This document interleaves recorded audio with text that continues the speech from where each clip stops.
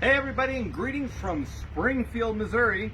We're here with the Frisco 4524, built in 1943 by the Baldwin Locomotive Works. So don't anybody get excited, it's not going to be restored or anything like that. But it's a really fine example of some later built steam. Now, the 2716 was also built in 1943, but apparently the C&O didn't allow its builders to just go hog wild on the technology side, because welding became a thing.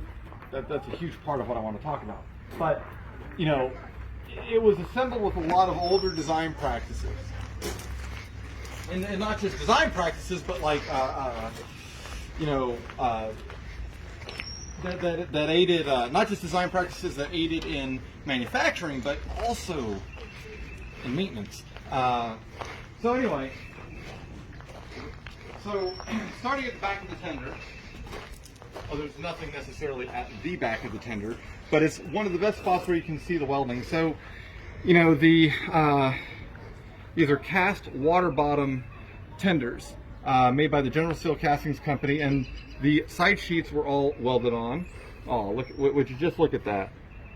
It is. I mean, Hi, Bunny. Even rabbits are a fan of this stuff. So, anyway, you can see all the catch the lighting.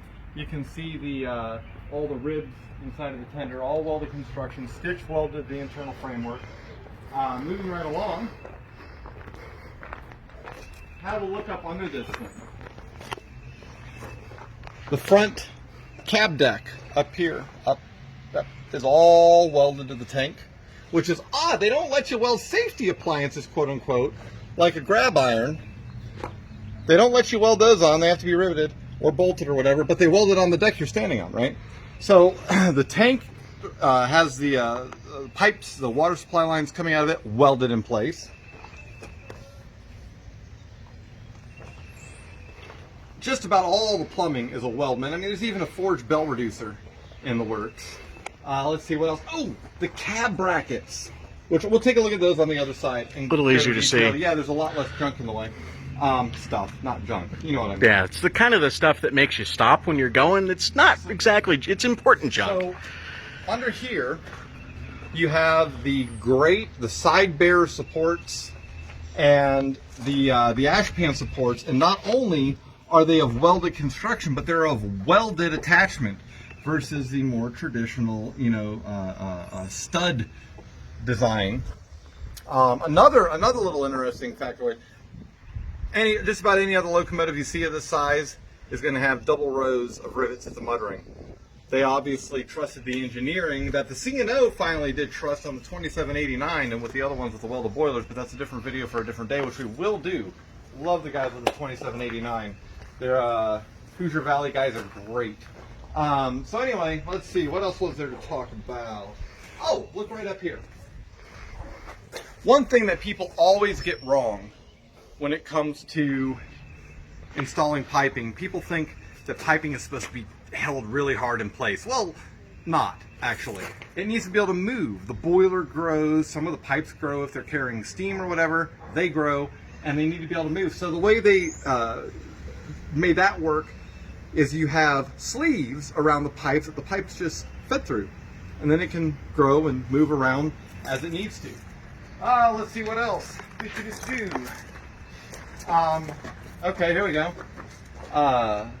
While it's not a actual original or a sole method of application, they're all bolted too, but the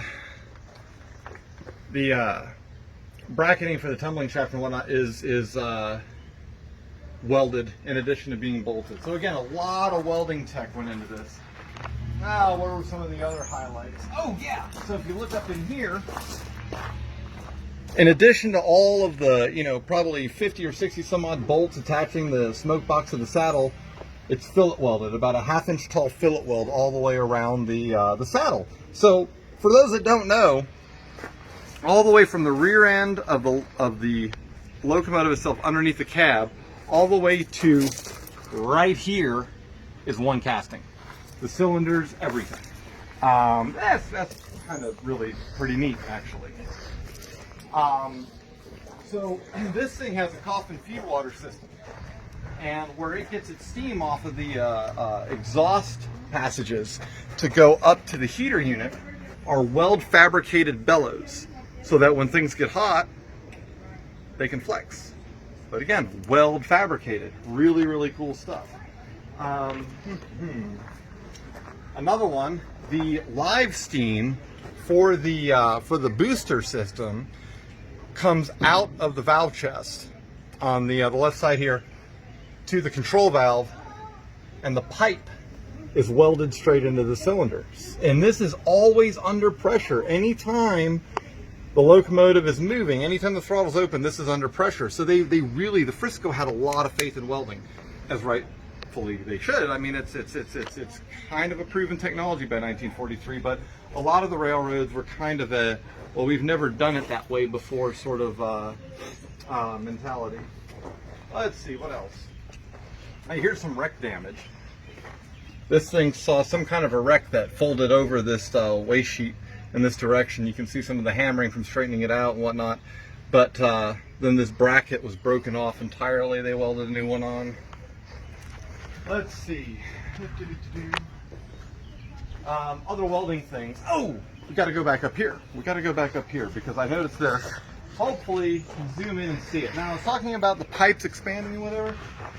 Well, if you look right up there, the innermost pipe, both the inner pipe and the next one out, have all of the schmutz on them from when this thing, because schmutz is a word as we've learned, from when they last operated. The inner pipe grew about 3/8 of an inch, and the next pipe out used to grow about 3/16. So you can see that because of the schmutz having been rubbed off consistently. So what else do we have?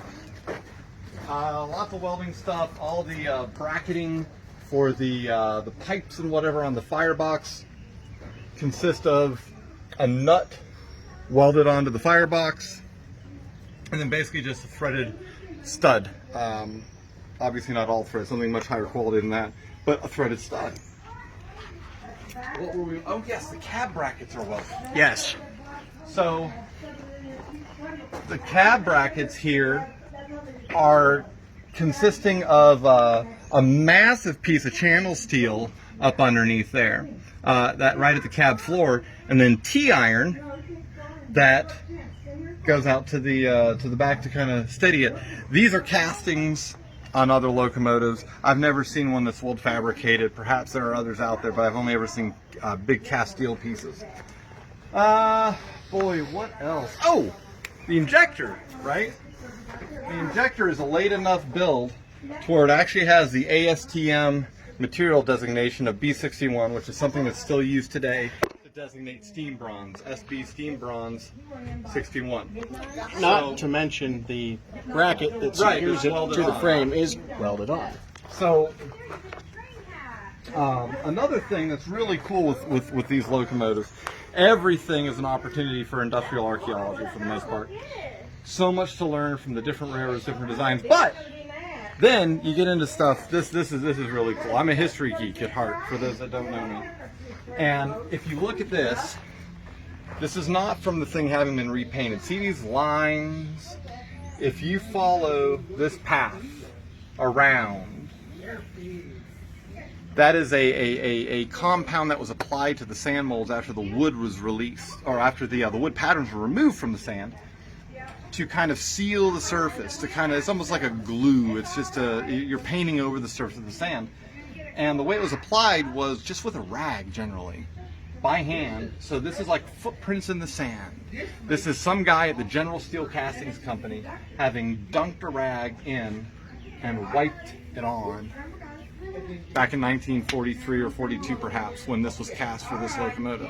So anyway, just a brief little look, some really neat stuff associated with this engine, you know, some different construction practices and whatnot, but all reflecting the more modern of construction in 1943. I mean, really modern. I mean, this is really cool stuff. They were a very progressive railroad in terms of what they believed in.